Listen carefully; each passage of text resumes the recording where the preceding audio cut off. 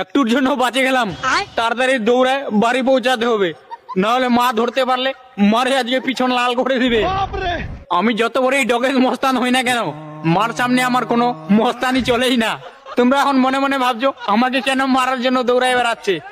আরে আমাকে ঘুমাতে বলছিল দুপুর বেলা, আমি না ঘুমাই বাইরে ঘুরে বেড়াচ্ছি, আর আমি তো মাঝে মাঝে এরকম করি, আর আমাকে লাঠি দিয়ে এরকম করে দৌড়ায় নিয়ে বেড়ায় মারার জন্য, কিন্তু ভাই মারে না, ভয় দেখায় ভয়। তোমরা এখন বলবে ভয় দেখায় তো তুই তাহলে লাঠি দেখে ভয়ে কেন দৌড়ায় বাড়িয়ে যাচ্ছিস।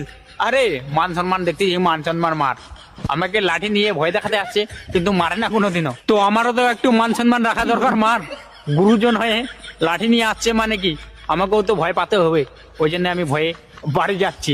আসলে আমাকে বাইরে ঘুরতে দেওয়ার না কারণ হচ্ছে আমি বাইরে ঘুরতে বাড়ালে কাদা মাটিতে গড়ায় বাড়িতে যায় বিছানা নোংরা করি। ভিডিও ভালো লাগলে অবশ্যই ফলো করবে।